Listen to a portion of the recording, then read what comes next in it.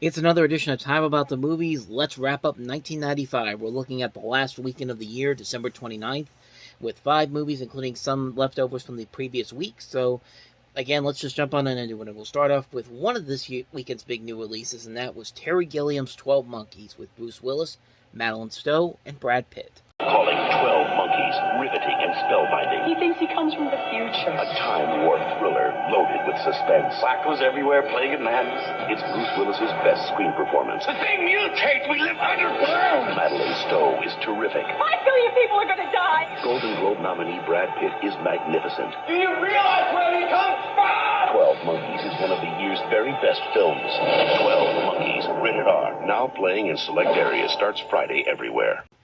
Often this movie is considered one of Terry Gilliam's best movies, and can't argue with that. I mean, it's a great sci-fi film.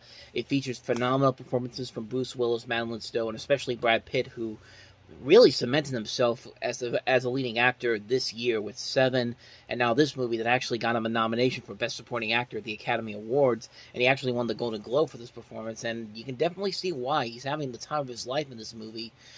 You also have Christopher Plummer and David Morrison here, and it's just a cool, stylized sci-fi film that just really...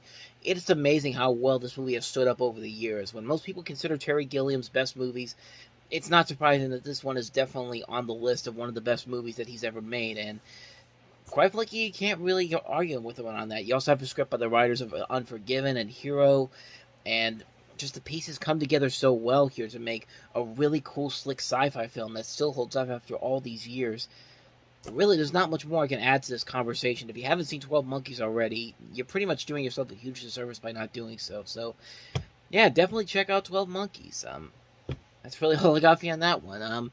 Let's move on to the next movie that we have here, and that is a holdover from last week, and that is the animated feature Balto.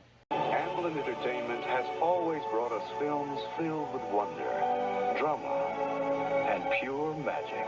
On December 22nd, Universal Pictures and Amblimation proudly present an all-new animated adventure. We can get that medicine through. Balto. The unforgettable legend of Balto. You're a hero! Balto, rated G. Starts Friday, December 22nd at theaters everywhere. So a couple things to note with Balto. This was the final animated feature Amblin Entertainment produced before Steven Spielberg eventually teamed up with Jeffrey Katzenberg to form DreamWorks Animation. Basically DreamWorks in general, but then came DreamWorks Animation. But I gotta say, they went on a pretty good high note with this film. I think what hurt the movie in terms of the box office was the fact that it was coming right off the heels of Toy Story, this movie that really had changed the animation game forever. Like, CG animation was not the big deal that it is nowadays, but it really opened the door, and mostly because of that, I think it's why that movie didn't hold up well financially, but it has gone on to have a huge following cult-wise on video and home entertainment overall, and I think it holds up a lot better than I think people give it credit for. I mean, the animation in this movie just looks so incredible. This is probably the best one of the 3 animation films they did in the 90s that has the best animation. Like, it's slick, it's very stylish for the time, it looks beautiful on so many levels. I think the voice actors overall do a very good job here. It's interesting how Kevin Bacon plays Balto very well here, but for some reason, in like the second half of the movie, like towards the climax, like starting from the third act of the movie to the end of the film, they kind of cut his dialogue off for some reason. I don't know why. It just felt kind of weird that they did that. Like, you'll still hear him every once in a while, but it's so weird that they did that. But for the little bit that for the bit that you do hear his voice, he does play it pretty well. I think everybody here does a pretty good job with it. Bob Hoskins, Phil Collins, Bridget Fonda, Jim Cummings. Yeah, the story's a little bit generic, but it works for what it's trying to do. The music is nicely done. You got James Horner doing the music again. You can never go wrong with him. The live-action bridges in the opening and the closing actually do kind of work in this case. It does bridge the story together very nicely. Like, it really fits the ebb and the flow in the movie. I don't think this movie doesn't get the attention that it properly deserves. And it's actually a lot better than I think a lot of people give it credit for. Unlike Five Goes West and We're Back, this is probably the most concrete, solid animated feature they've ever done, that the studio did. And it's a good thing that a lot of these people went on to go to DreamWorks Animation because they only grew as filmmakers, and you can see why Balto was one of the reasons why those people still have jobs today. So with that said, that's Balto. Let's move on to the next movie, and that is Mel Brooks' Dracula, Dead and Loving It.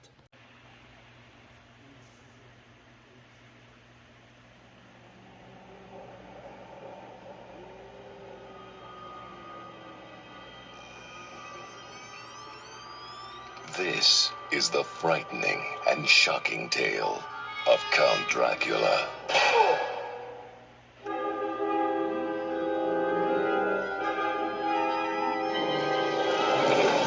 Vampires do exist. This one we face is unlike any other. He can change the most innocent of humans. Oh, Jonathan, let me kiss you.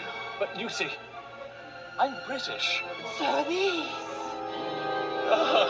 Women are rendered powerless under his spell. Stand up. Not you. Sit. You stand. No, sit. No, stand. Now, walk to the terrace door. Watch out! His evil desire has no end. She's alive? She's Nosferatu. She's Italian? Up there! Make no mistake, he must be stopped.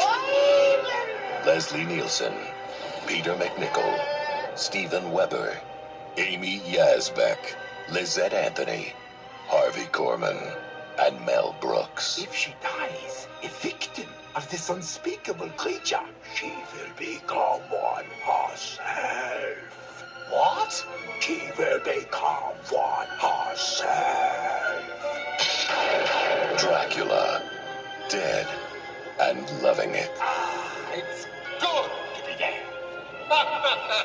Another movie that really got a lot of negative flack when it came out. I mean, this was heavily panned by critics. It was not a financial hit, but, you know, thankfully it did find an audience overall in the years to come, and really, you can kind of see why. You've got Mel Brooks, who was still doing pretty decent comedy at this time, spoof comedy in general. I mean, tell me you would take any of Mel Gibson's, that's a whole different story altogether, but tell me you would have taken Mel Brooks' 90s spoof movies over some of the crappy spoof movies we had in the late 2000s, early 2000s. I'll gladly take this over any of those movies any day. I mean, you got him, you got Leslie Nielsen, anything you usually put him in, he'll usually put his all into it, even if the movie's not that great.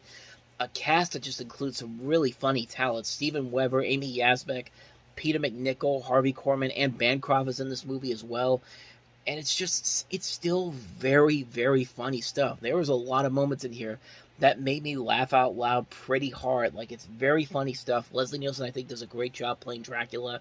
The humor in this is just so hilarious. The scene where Steven Weber and Mel Brooks are putting the stake through the heart of I guess his girlfriend in this, and the blood just splats out all over the place. It's so over the top ridiculous, but you can't help but laugh at it. Like, stuff like that is still very, very funny, and I wish a lot of spoof movies took a lot from these movies, like these films and the Zucker Brothers films in the 90s, and didn't just do what they did, what eventually happened later on, because Scary Movie was such a success, and just parody whatever movie is out there. And like, even when Leslie Nielsen starred in a movie that parodied nearly every movie, that was much funnier than anything like Meet the Spartans or Date Movie or Epic Movie. Like I said, I'll gladly take this over any of those movies any day of the week. I think it's a very funny film. Definitely not up there with some of Mel Brooks' best movies, and this is the last film he ever did as a director. I mean, he still has written some stuff, he's still produced some stuff, but this is still a really solid film. If you want to see good, funny Mel Brooks-style comedy, you'll definitely get a lot of it in this movie. It's a ton of fun. I love this movie so much. Dracula, dead and loving it. Definitely check it out. You will not be disappointed about it if you like this style of comedy. So, let's take a look at the next movie, which is a comedy in and of itself, if you like notoriously bad misfires, and that is Gina Davis and Matthew Modine in the infamous Cuthroat Island. From the director of Cliffhanger, Here she comes now! and Die Hard 2 comes the action-adventure event of the season. Open fire!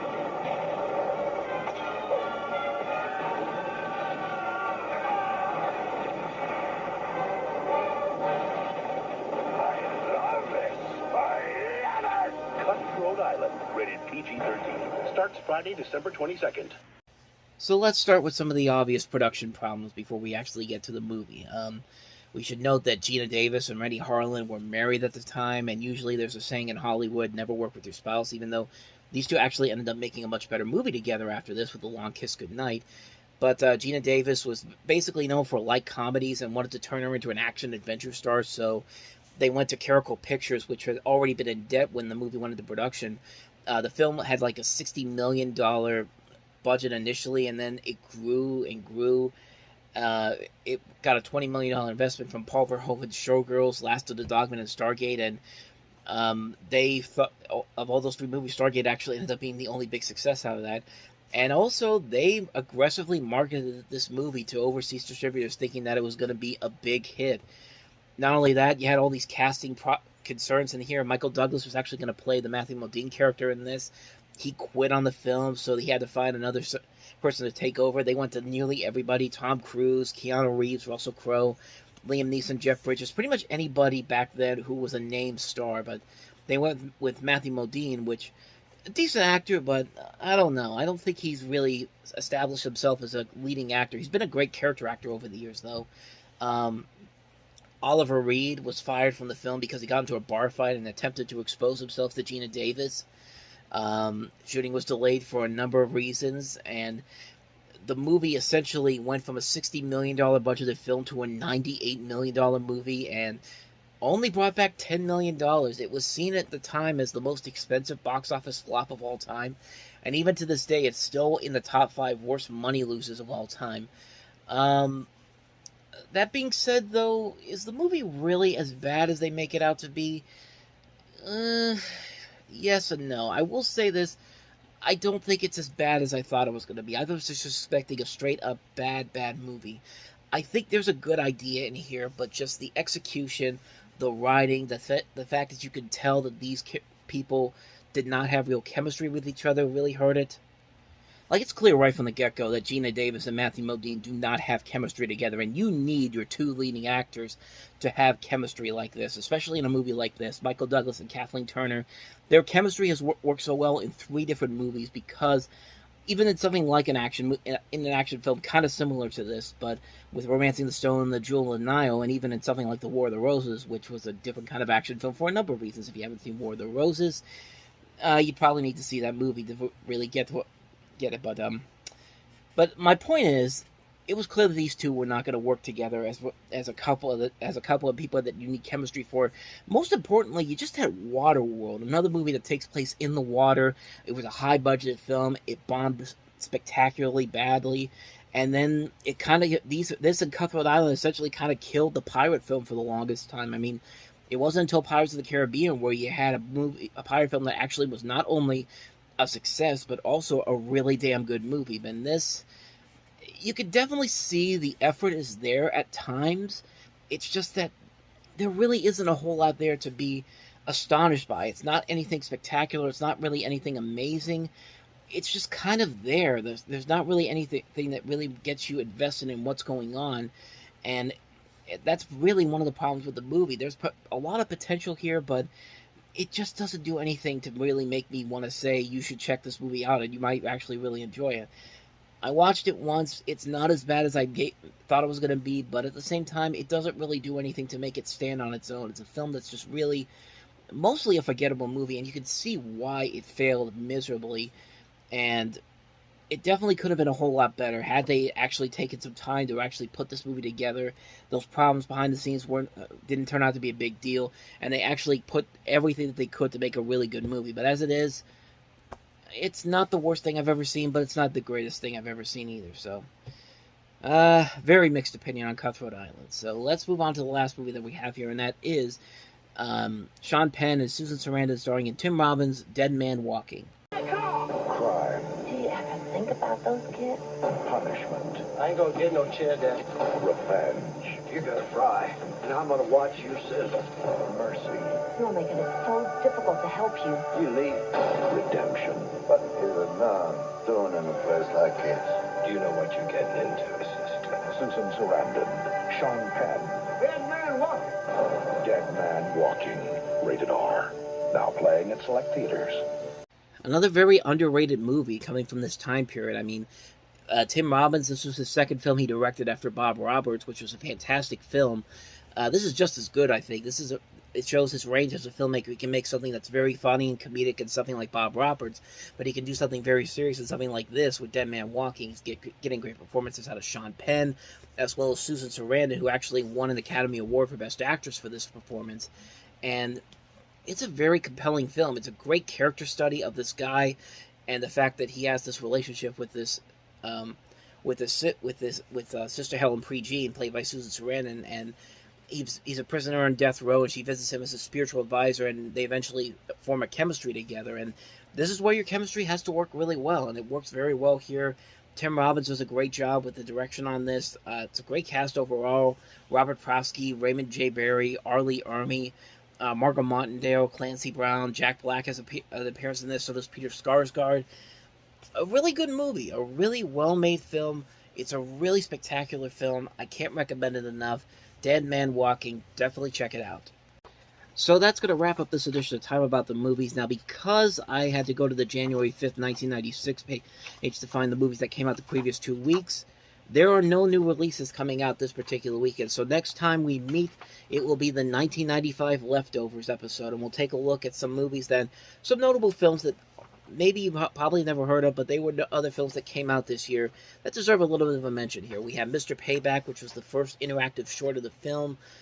We have Little Odessa, Country Life, Double Happiness, The Run of the Country, The Horseman on the Roof, Reckless, Four Rooms, Richard III, and Restoration. So we'll take a look at those movies. I have here about 10 movies to look at, so we'll get through most of them pretty quickly. I haven't seen most of these movies, but we can just run through them to talk about some of the other films that 95 had to offer. But that will be the subject of this next episode, which will come out on Monday, because I'll be doing Still CityCon this weekend, so you won't have any new episodes here. I basically finished what I wanted to do here, is get 1995 done before the Still CityCon, so that's going to be something we'll take a look. We'll start looking at those on Monday, but if you're going to come out to the Still CityCon, definitely come by our table and see if you want to get something from us. But with that said, though, thank you very much for watching this show. However, if you want to see more videos like this, please hit the place on the next page, check out the previous episode, and I'll see you guys next time for another episode. So thank you for watching. I'll see you next time, and until then, as always, take care.